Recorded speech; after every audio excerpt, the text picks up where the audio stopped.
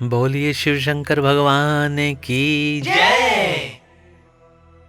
प्रिय भक्तों, श्री शिव महापुराण के शतरुद्र संहिता की अगली कथा है शिव जी का शुचिष्मति के गर्भ से प्राकट्य। ब्रह्मा द्वारा बालक का संस्कार करके गृहपति नाम रखा जाना, नारद जी द्वारा उसका भविष्य कथन, पिता की आज्ञा से गृहपति का काशी में जाकर तप करना, इंद्र का वर देने के लिए प्रकट होना, गृहपति का उन्हें ठुकराना, शिव जी का प्रकट होकर उन्हें वरदान देकर दिक्पाल पद प्राप्त करना तथा अग्निश्वर लिंग और अग्नि का महात्म्य। तो आइए भक्तों, आरंभ करते हैं इस कथा के साथ 14वां और 15वां अध्याय। नंदीश्वर जी कहते हैं, हे मुने, घर आकर उस ब्राह्मण ने बड़े हर्ष के साथ अपनी पत्नी से वह सारा वृतांत कह सुनाया। उसे सुनकर विप्र पत्नी शुचिस्मति को महान आनंद प्राप्त हुआ। वह अत्यंत प्रेम पूर्वक अपने भाग्य की सराहना करने लगी। तदंतर समय आने पर ब्राह्मण द्वारा विधि पूर्वक गर्भाधान कर्म संपन्न किए जाने पर वह नारी गर्भवती हुई। फिर उन विद्वान मुनि ने गर्भ के स्पंदन करने से पूर्व ही पुनस्त्व की वृद्धि के लिए गृह सूत्र में वर्णित विधि के अनुसार सम्यक रूप से पुंसवन संस्कार किया। तत्पश्चात 8वां महीना आने पर कृपालु विश्वानर ने सुखपूर्वक प्रसव होने के अभिप्राय से गर्भ के रूप की समृद्धि करने वाला सीमंत संस्कार संपन्न कराया। तदुपरांत ताराओं के अनुकूल होने पर जब बृहस्पति केंद्रवर्ती हुए और शुभ ग्रहों का योग आया, तब शुभ लग्न में भगवान शंकर उनके मुख की कांति पूर्णिमा के चंद्रमा के समान है तथा जो अरिष्ट रूपी दीपक को बुझाने वाले समस्त अरिष्टों के विनाशक और भूः भुवः स्वः तीनों लोकों के निवासियों को सब तरह से सुख देने वाले हैं, उस शुचिस्मति के गर्भ से पुत्र रूप में प्रकट हुए। उस समय गंध को वहन करने वाले वायु के वाहन मेघ दिशा रूपी बंधुओं के मुख पर वस्त्र से बन गए, अर्थात चारों ओर काली घटा उमड़ आई। वे घनघोर बादल उत्तम गंध वाले पुष्प समूहों की वर्षा करने लगे। देवताओं की दुंदुभियां बजने लगी। चारों ओर दिशाएं निर्मल हो गईं। प्राणियों के मनों के साथ साथ सरिताओं का जल निर्मल हो गया। प्राणियों की वाणी सर्वथा कल्याणी और प्रिय भाषणी हो उठी। संपूर्ण प्रसिद्ध ऋषि मुनि तथा देवता, यक्ष किन्नर विद्याधर आदि मंगल द्रव्य ले लेकर पधारे। स्वयं ब्रह्मा जी ने नम्रता पूर्वक उसका जातकर्म संस्कार किया और उस बालक के रूप तथा वेद का विचार करके यह निश्चय किया कि उसका नाम गृहपति होना चाहिए। फिर 11वें दिन उन्होंने नामकरण की विधि के अनुसार वेद मंत्रों का उच्चारण करते हुए उसका गृहपति ऐसा नामकरण किया। तत्पश्चात सबके पितामह ब्रह्मा चारों वेदों में कथित आशीर्वादात्मक मंत्रों द्वारा उसका अभिनंदन करके हंस पर आरूढ़ हो अपने लोक को चले गए। तदुपरांत शंकर भी लोक की गति का आश्रय ले उस बालक की उचित रक्षा का विधान करके अपने वाहन पर चढ़कर अपने धाम को पधार गए। इसी प्रकार श्री हरि ने भी अपने लोक की राह ली। इस प्रकार सभी देवता, ऋषि मुनि आदि भी प्रशंसा करते हुए अपने अपने स्थान को पधार गए। तदंतर ब्राह्मण देवता ने यथा समय सब संस्कार करते हुए बालक को वेदाध्ययन कराया। तत्पश्चात 9वां वर्ष आने पर माता पिता की सेवा में तत्पर रहने वाले विश्वानर नंदन गृहपति को देखने के लिए वहां नारद जी पधारे। बालक ने माता पिता सहित नारद जी को प्रणाम किया।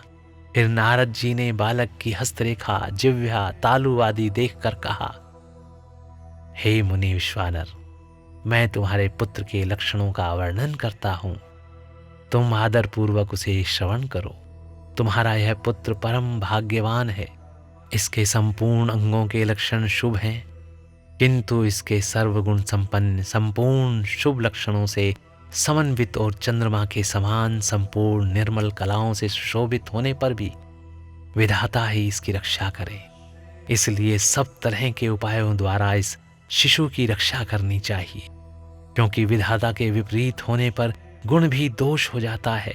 मुझे शंका है कि इसके 12वें वर्ष में इस पर बिजली अथवा अग्नि द्वारा विघ्न आएगा। यों कहकर नारद जी जैसे आए थे वैसे ही देवलोक को चले गए। सनत कुमार जी नारद जी का कथन सुनकर पत्नी सहित विश्वानर ने समझ लिया कि यह तो बड़ा भयंकर वज्रपात हुआ। फिर वे हाय मैं मारा गया यों कहकर छाती पीटने लगे और पुत्र शोक से व्याकुल होकर गहरी मूर्छा के वशीभूत हो गए। उधर शुचिष्मति भी दुख से पीड़ित हो अत्यंत ऊंचे स्वर से हाहाकार करती हुई ढाढ़ मार कर रो रही थी।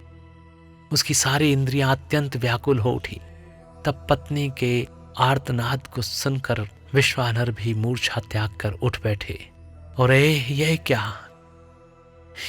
है, क्या हुआ, यों उच्च स्वर से बोलते हुए कहने लगे। गृहपति, जो मेरा बाहर विचरने वाला प्राण, मेरी सारी इंद्रियों का स्वामी तथा मेरे अंतरात्मा में निवास करने वाला है, कहाँ है? तब माता पिता को इस प्रकार अत्यंत शोकग्रस्त देखकर शंकर के अंश से उत्पन्न हुआ वह बालक गृहपति मुस्कुराकर बोला।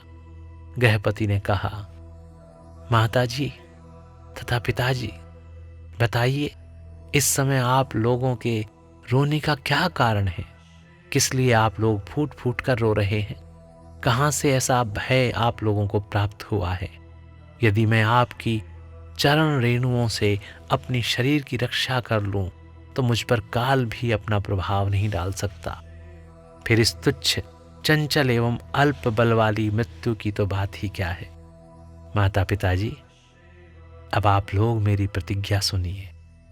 यदि मैं आप लोगों का पुत्र हूं तो ऐसा प्रयत्न करूंगा जिससे मृत्यु भी भयभीत हो जाए। मैं सत्पुरुषों को सब कुछ दे डालने वाले सर्वज्ञ मृत्युंजय की भली भांति आराधना करके महाकाल को भी जीत लूंगा। यह मैं आप लोगों से बिल्कुल सत्य कह रहा हूं। नंदीश्वर कहते हैं, हे मुने, तब वे द्विज दंपत्ति जो शोक से संतप्त हो रहे थे, गृहपति के ऐसे वचन जो अकाल में हुई मृत्यु की घनघोर वृष्टि के समान थे, सुनकर संताप रहित हो कहने लगे, हे बेटा, तो उन शिव की शरण में जा जो ब्रह्मा आदि के भी कर्ता, मेघवाहक, अपनी महिमा से कभी च्युत न होने वाले और विश्व की रक्षामणि है। नंदीश्वर जी कहते हैं, हे मुने, माता पिता की आज्ञा पाकर गृहपति ने उनके चरणों में प्रणाम किया। फिर उनकी प्रदक्षिणा करके और उन्हें बहुत तरह से आश्वासन दे वे वहाँ से चल पड़े और उस काशीपुरी में जा पहुँचे जो ब्रह्मा और नारायण आदि देवों के लिए भी दुष्प्राप्य, महाप्रलय के संताप का विनाश करने वाली और विश्वनाथ द्वारा सुरक्षित थी, तथा जो कंठ प्रदेश में हार की तरह पड़ी हुई गंगा से सुशोभित तथा विचित्र गुणशालिनी हर पत्नी गिरजा से विभूषित थी। वहां पहुंचकर वे विप्रवर पहले मणिकर्णिका पर गए। वहां उन्होंने विधि पूर्वक स्नान करके भगवान विश्वनाथ का दर्शन किया। फिर बुद्धिमान गृहपति ने परमानंद मग्न हो त्रिलोकी के प्राणियों की प्राण रक्षा करने वाले शिव को प्रणाम किया। उस समय उनकी अंजलि बंधी थी और सिर झुका हुआ था। वे बारंबार उस शिवलिंग की ओर देखकर हृदय में हर्षित हो रहे थे और ये सोच रहे थे कि यह लिंग निसंदेह स्पष्ट रूप से आनंद कंद ही है। वे कहने लगे, अहो, आज मुझे जो सर्वव्यापी श्री महान विश्वनाथ का दर्शन प्राप्त हुआ, इसके लिए इस चराचर त्रिलोकी में मुझसे बढ़कर धन्यवाद का पात्र दूसरा कोई नहीं है। जान पड़ता है मेरा भाग्योदय होने से ही उन दिनों मैं महर्षि नारद ने आकर वैसी बात कही थी जिसके कारण आज मैं कृतकृत्य हो रहा हूं। नंदीश्वर जी कहते हैं, हे मुने, इस प्रकार आनंदामृत रूपी रसों द्वारा पारण करके गृहपति ने शुभ दिन में सर्वहितकारी शिवलिंग की स्थापना की और पवित्र गंगा जल से भरे हुए 108 कलशों द्वारा शिव जी को स्नान कराकर ऐसे घोर नियमों को स्वीकार किया जो अकृतात्मा पुरुषों के लिए दुष्कर थे। नारद जी इस प्रकार एकमात्र शिव में मन लगाकर तपस्या करते हुए उस महात्मा गृहपति की आयु का 1 वर्ष व्यतीत हो गया। तब जन्म से 12वां वर्ष आने पर नारद जी के कहे हुए उस वचन को सत्य सा करते हुए वज्रधारी इंद्र उनके निकट पधारे और बोले, हे विप्रवर, मैं इंद्र हूं और तुम्हारे शुभ व्रत से प्रसन्न होकर आया हूं। अब तुम वर मांगो, मैं तुम्हारी मनोवांछा पूर्ण कर दूंगा। तब गृहपति ने कहा, हे मघवन, मैं जानता हूं आप वज्रधारी इंद्र हैं, परंतु वृत्रशत्रु, मैं आपसे वर याचना करना नहीं चाहता। मेरे वरदायक तो शंकर जी ही होंगे। इंद्र बोले, शिशो, शंकर मुझसे भिन्न थोड़े ही हैं। अरे मैं देवराज हूं, अतः तुम अपनी मूर्खता का परित्याग करके वर मांग लो, देर मत करो। गृहपति ने कहा, हे पाक शासन, आप अहल्या के सतीत्व नष्ट करने वाले दुराचारी पर्वत शत्रु ही हैं ना? आप जाइए, क्योंकि मैं पशुपति के अतिरिक्त किसी अन्य देव के सामने स्पष्ट रूप से प्रार्थना करना नहीं चाहता। नंदीश्वर कहते हैं, हे मुने, गृहपति के उस वचन को सुनकर इंद्र के नेत्र क्रोध से लाल हो गए। वे अपने भयंकर वज्र को उठाकर उस बालक को डराने धमकाने लगे। तब बिजली की ज्वाला से व्याप्त उस वज्र को देखकर बालक गृहपति को नारद जी के वाक्य स्मरण हो आए। फिर तो वे भय से व्याकुल होकर मूर्छित हो गए। तदंतर अज्ञान अंधकार को दूर भगाने वाले गौरीपति शंभु वहां प्रकट हो गए और अपने हस्त स्पर्श से उसे जीवन दान देते हुए वे बोले, हे वत्स, उठ उठ, तेरा कल्याण हो। तब रात्रि के समय मुदे हुए कमल की तरह उसके नेत्र कमल खुल गए और उसने उठकर अपने सामने सैकड़ों सूर्यों से भी अधिक प्रकाशमान शंभु को उपस्थित देखा।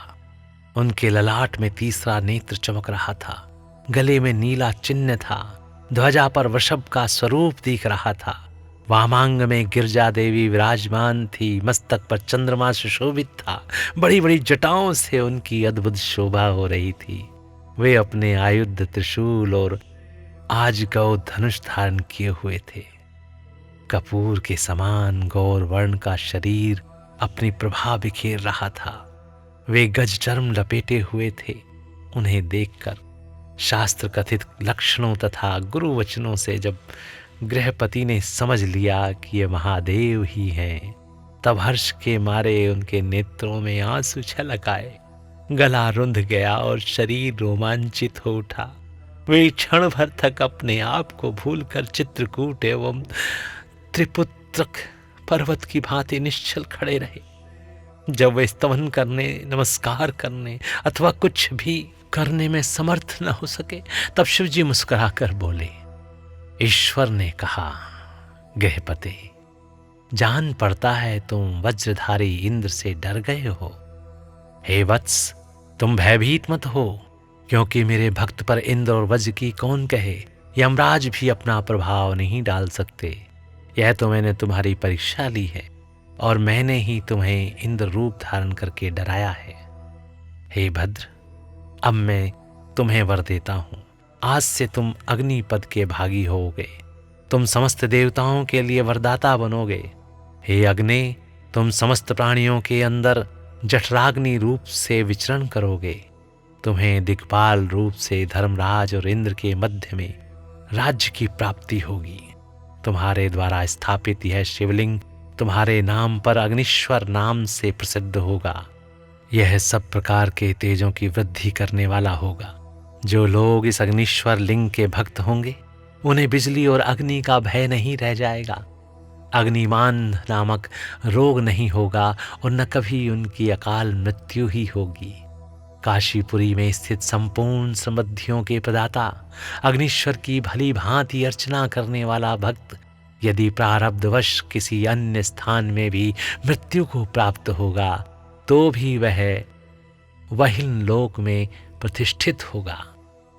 नंदीश्वर जी कहते हैं, हे मुने, यों कहकर शिवजी ने गृहपति के बंधुओं को बुलाकर उनके माता पिता के सामने उस अग्नि का दिक्पति पद पर अभिषेक कर दिया और स्वयं उसी लिंग में समा गए। हे तात, इस प्रकार मैंने तुमसे परमात्मा शंकर के गृहपति नामक अगण्य अवतार का, जो दुष्टों को पीड़ित करने वाला है, वर्णन कर दिया। जो सुदृढ़ पराक्रमी जितेंद्रिय पुरुष अथवा सत्व संपन्न स्त्रियां अग्नि प्रवेश कर जाती हैं, वे सब के सब अग्नि सरीखे तेजस्वी होते हैं। इसी प्रकार जो ब्राह्मण अग्निहोत्र पारायण, ब्रह्मचारी तथा पंचाग्नि का सेवन करने वाले हैं, वे अग्नि के समान वर्चस्वी होकर अग्निलोक में विचरते हैं।